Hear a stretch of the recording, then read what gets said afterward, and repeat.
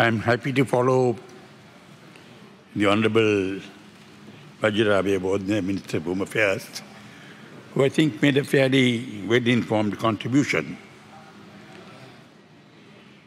We have faced yet another national disaster, sir.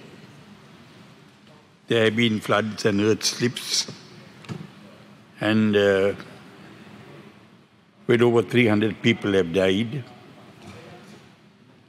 About 600,000 people have been displaced.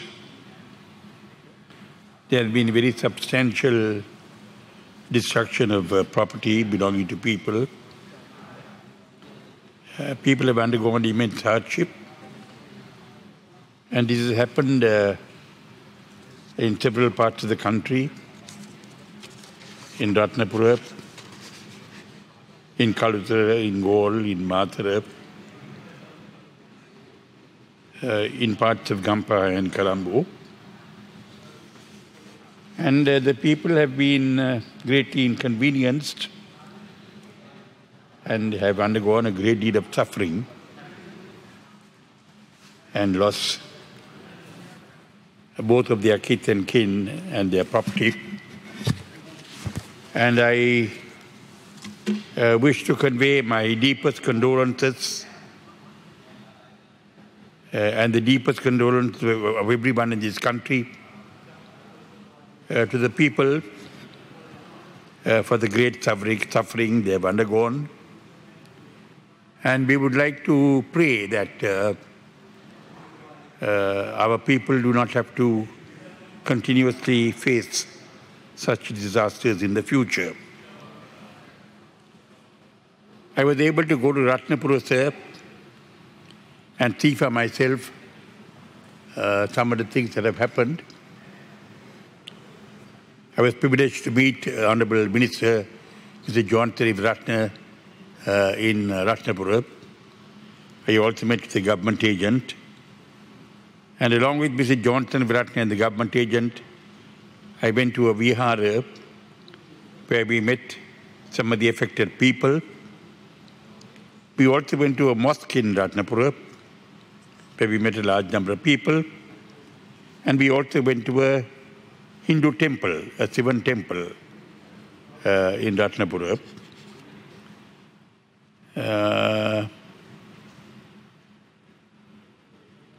Many countries in the world have been of help to us. Our immediate and closest neighbor, India, in a matter of 24 hours, rushed to our aid with a ship that contained various different types of goods that the people needed, both for their safety and for their sustenance. There were two other ships that came from India later. Of course, we had help from Pakistan, we had help from China, we had help from Japan, we had help from USA. A number of countries in the world came to our help. And we're grateful to all those countries for all the assistance that they have rendered. It is also demonstrative of the goodwill that these different countries have towards Sri Lanka and the people in Sri Lanka. And I think that's a very good sign that we should try and develop, and we should try and maintain, because we need the support of the international community to be able to get over many of our problems. And whatever assistance is made available to us by the international community, we should utilize in a manner beneficial to our people and thus enable our country to progress. I want to make a few comments in regard to this disaster, not really in regard to what happened and the relief that is being provided. A number of members here have spoken about it and will speak about it. But I want to make some comments about the fact that these disasters happen, and when they happen, we meet and we discuss these things. We criticize each other. But these disasters continue. In recent times, we have had several natural and man-made disasters in the country which have affected our people. Now, this is a matter, sir, which is of some concern, because the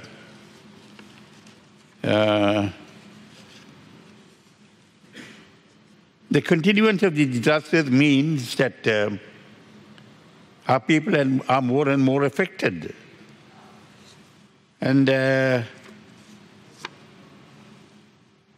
what action are we taking to prevent such things happening in the future? I don't want to be unduly critical of this government or the former government, but I do want to raise the question as to whether the central government in Colombo is adequately equipped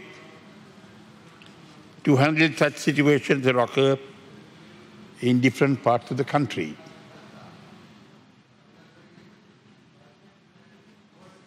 I also want to pose a question, sir, whether there is a lack of a genuine and serious practical commitment to handle such situations when they occur in different parts of the country.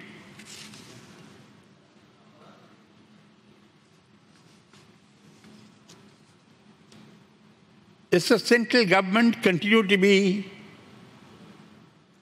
continuously responsive to such situations when they occur in different parts of the country?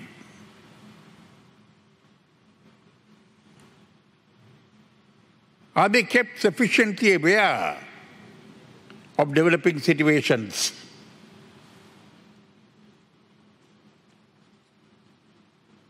I do not know whether the government in Colombo is kept sufficiently aware of these situations that develop in different parts of the country, because if they were so aware, it is possible that action could have been taken earlier to prevent some of these things happening. I'm not saying that there must be an abdication of responsibility on the part of the central government, but I do want to raise the question whether some of these issues should not be handled at a different level, at the level of the province or the region, where there is greater interaction between the people and these institutions, and consequently, there is every opportunity for more expeditious action to prevent these things happening or to deal with them when they occur. There is a view in the country, sir, that everything is thought to be controlled centrally by the central government. And around this desire to control everything centrally in Colombo,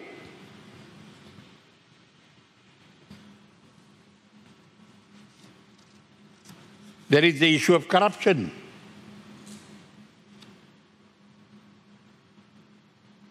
When everything is controlled centrally and when everything is not transparent,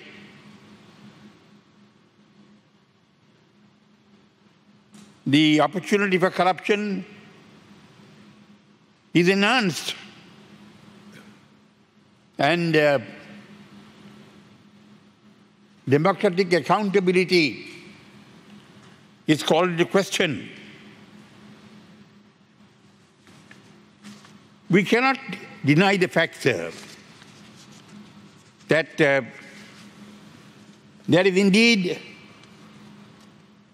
a great deal of corruption in this country which can be avoided, and that this great deal of corruption in this country is also largely on account of the fact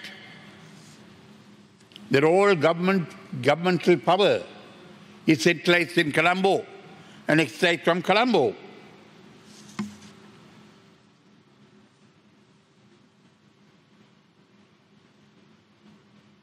Greater interaction between the people in different areas and institutions that are responsible for the implementation of various programs in those areas on behalf of the people will, in my respectful submission, not merely reduce corruption, but enable greater efficiency and more expeditious action to deal with the needs of people.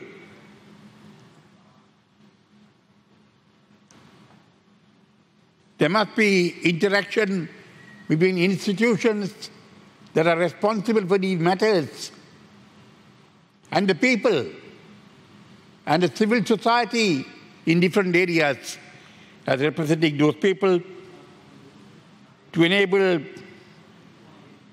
these matters to be dealt with more effectively and more efficiently. It will also minimize delay and enable these issues to be performed without delay.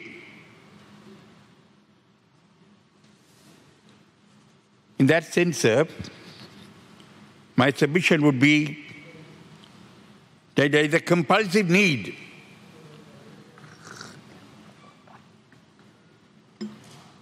for the restructuring of the state and governance in this country as to ensure that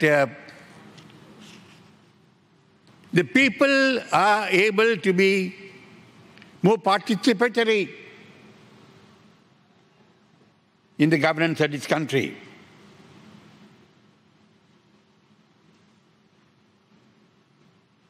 For the people to be greater participants in the governance of this country, I think there is an imperative need to restructure the state and the manner of governance in this country.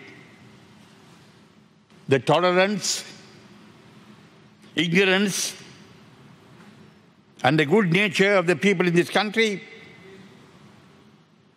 is, in my view, being exploited by political parties to their advantage to continue with the same system of governance.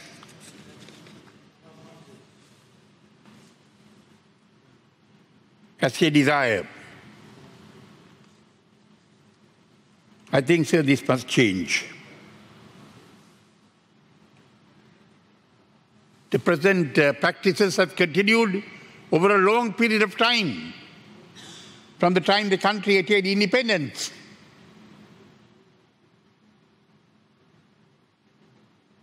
We don't see much change in the progress of this country. We see the country stagnating. We see other countries advancing. We see other countries developing.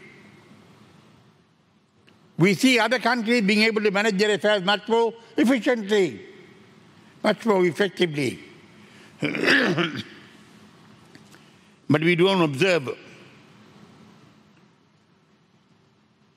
a similar situation in our own country. And that, I think, is largely on account of the fact that we have continued with old practices for far too long. Colonial rule, sir, has been replaced by rule from Colombo. by somewhat elitist rule from Colombo. People who are not aware of the ground situation to the extent to which they need to be aware of the ground situation to deal with it effectively and efficiently.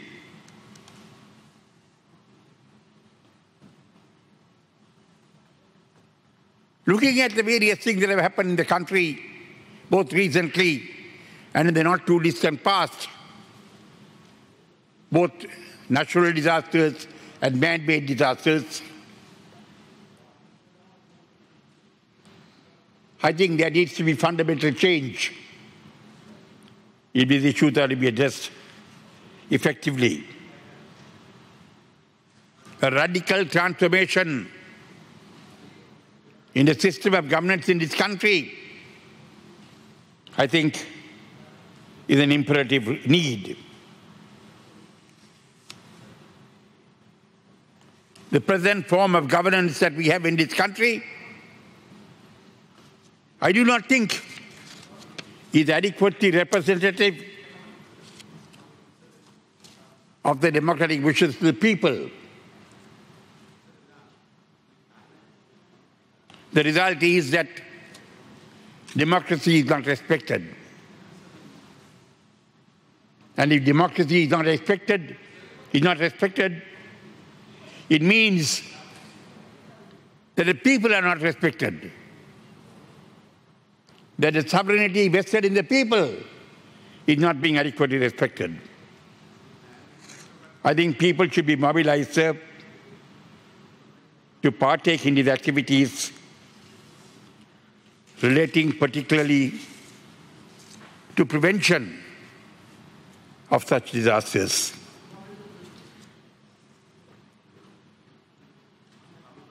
This can be achieved if these issues are handled at the provincial level or at the regional level and not exclusively at the central level. I think there needs to be a sharing of power with the provincial or the regional level to enable these issues to be handled with more effectively and more expeditiously. I think one of the situations now developing is that we have a severe drought in the north and the east. I think the government should pay its attention to the situation developing in the north and the east, consequent to the drought, and government should take action early to ensure that as a result of this drought, people are not left in distress. That's a matter which I think the government should be concerned about and should, without delay, take action to deal with. Thank you, sir.